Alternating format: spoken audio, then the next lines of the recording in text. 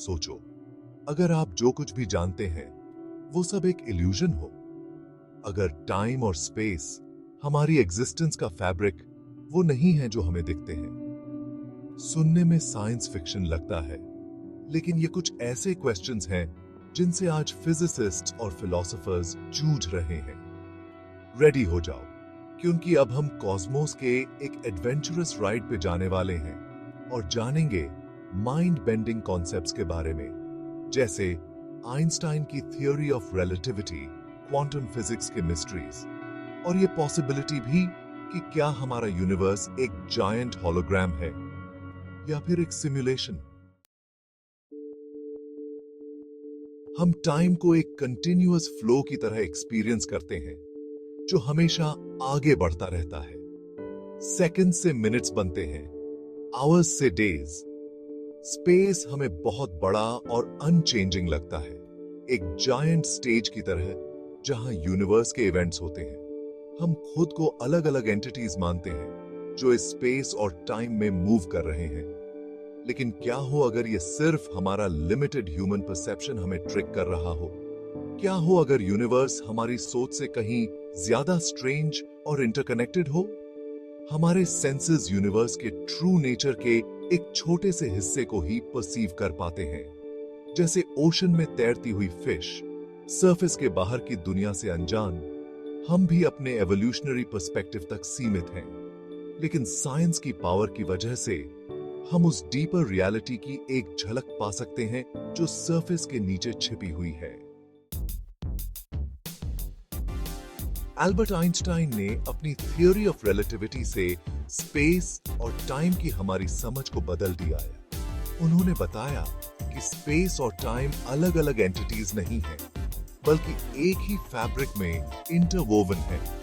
Space time एक trampoline imagine करो, वो है स्पेस टाइम। प्लैनेट्स और स्टार्स जैसे मैसिव ऑब्जेक्ट्स इस फैब्रिक को वॉर्प करते हैं, ठीक वैसे ही जैसे एक बोलिंग बॉल ट्रैम्पोलिन को वॉर्प कर देती है। इसी वॉर्पिंग को हम ग्रेविटी के रूप में एक्सपीरियंस करते हैं।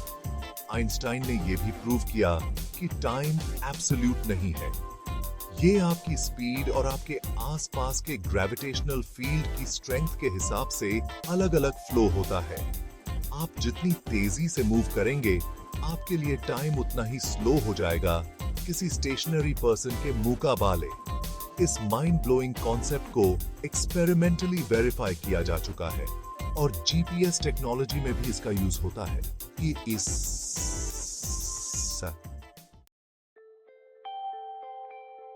Section 4 the quantum challenge. तो चलिए अब हम और भी अजीब दुनिया में डाइविंग करते हैं क्वांटम फिजिक्स की। यहां चीजें वाकई बिजार हो जाती हैं। पार्टिकल्स एक साथ मल्टीपल स्टेट्स में एग्जिस्ट कर सकते हैं। ये फिनोमेनॉन सुपरपोजिशन कहलाता है। ये एक कॉइन के हवा में स्पिन होने जैसा है। इससे भी ज्यादा माइंड बॉगलिंग कॉन्सेप्ट है एंटेंगलमेंट का, जहां दो पार्टिकल्स आपस में लिंक हो जाते हैं। एक का स्टेट चेंज करो और दूसरा भी इंस्टेंटली चेंज हो जाता है, मानो स्पेस और टाइम की लिमिटेशंस को डिफाई कर रहा हो। सेक्शन 5 क्या यूनिवर्स एक होलोग्राम है? अब खुद को संभालो, क्योंकि अब चीजें वाकई स्ट्रेंज होने वाली हैं। द होलोग्राफिक प्रिंसिपल ये सजेस्ट करता है कि हमारा 3 डायमेंशनल यूनिवर्स अपने सभी स्टार्स, गैलेक्सीज और हम सब के साथ शायद सिर्फ एक इल्यूजन है। एक होलोग्राम इमेजिन करो, एक 2 डायमेंशनल सरफेस जो एक 3 डायमेंशनल इमेज प्रोजेक्ट करती है।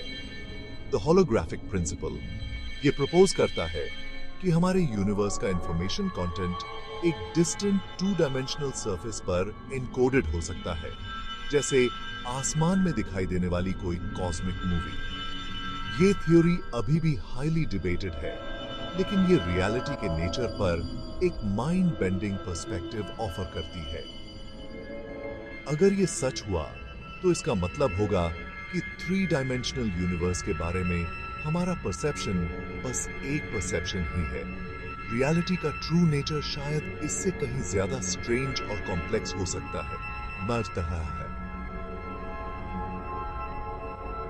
सेक्शन 6, किया हम एक सिमुलेशन में जी रहे हैं। आखिरकार हम उस अल्टीमेट क्वेश्चन पर पहुंच ही गए। क्या हो अगर हमारी रियलिटी असली ही ना हो? क्या हो अगर हम एक सोफिस्टिकेटेड कंप्यूटर सिमुलेशन में जी रहे हैं जिसे किसी मोर एडवांस्ड इंटेलिजेंस ने क्रिएट किया है? ये सुनने में द मैट्रिक्स जैसा लग सकता है, लेकिन ये एक सीरियस हाइपोथेसिस है जिस पर कुछ फिजिसिस्ट्स और फिलोसोफर्स विचार कर रहे हैं। कंप्यूटर टेक्नोलॉजी में एक्सपोनेंशियल प्रोग्रेस के बारे में सोचो। ये इनकंसीवेबल नहीं है कि हमसे कहीं ज्यादा एडवांस्ड कोई सिविलाइजेशन एक ऐसी सिमुलेशन क्रिएट कर सके जो रियलिटी से अलग न दिखे। अगर हम वाकई एक सिमुलेशन में जी रहे हैं तो हमारी एग्जिस्टेंस का फैब्रिक, जिसमें स्पेस और टाइम भी शामिल हैं, कुछ कोड लाइंस से ज्यादा कुछ नहीं होगा। तो हमारी रियलिटी का ट्रू नेचर क्या है? क्या स्पेस और टाइम सिर्फ इल्यूजन्स हैं, या फिर कहानी में कुछ और भी है जो हमें दिखाई नहीं दे रहा? ये कुछ ऐसे क्वेश्चंस हैं जो आज भी सबसे इंटेलिजेंट माइंड्स को चैलेंज कर रहे हैं। अगली बार जब आप नाइट स्काई को देखें तो याद रखें कि यूनिवर्स रहस्यों से भरा हुआ है, और जिसे हम रियलिटी मानते हैं वो शायद कॉस्मिक आइसबर्ग का टिप मात्र है। क्वेश्चन करते रहें, एक्सप्लोर करते रहें, और एग्जिस्टेंस के नेचर के बारे में वंडर करना कभी बंद न करें।